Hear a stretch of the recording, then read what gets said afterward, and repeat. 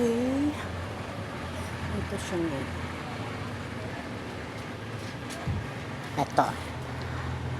Ito yung Toshiba. Okay. Ay, 12 kilos pala siya. Ayan.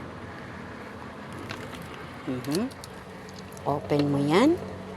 At dito mo ilalagay yung liquid detergent or yung fabric con mo.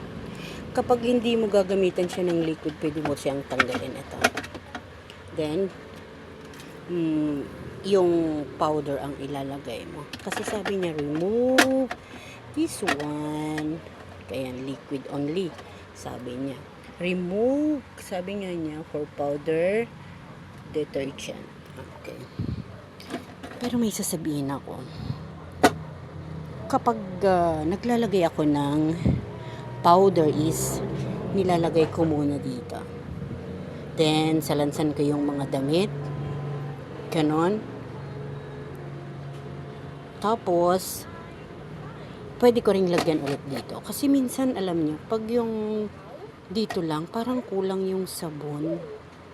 Siyempre, ito kasi is parang marami na siyang kakargahin. Kasi, hindi mo naman pwede na maliit lang yung ilagay mo. Kasi sayang yung tubig yan. Sayang yung tubig. Ngayon, okay, close that. Then, pag nailagay mo na yung damit, ganito yan, dahil 12 kilos siya. Depende kasi kapag yung ilalagay mo is, kunyari, pantalon, tansyahin mo na lang. Ikilo mo na lang po para pag hindi ka sigurado. Pero kapag pantalon kasi, I will make it sure na yung okay lang yung, alam mo, yung pag-wave niya. Hindi ko siya pwedeng punuhin para sa ganun makusot yung damit. Kahit sinabi niya na pwede ang 6 kilos, 7 kilos. Pero pag pantalon kasi is common sense naman.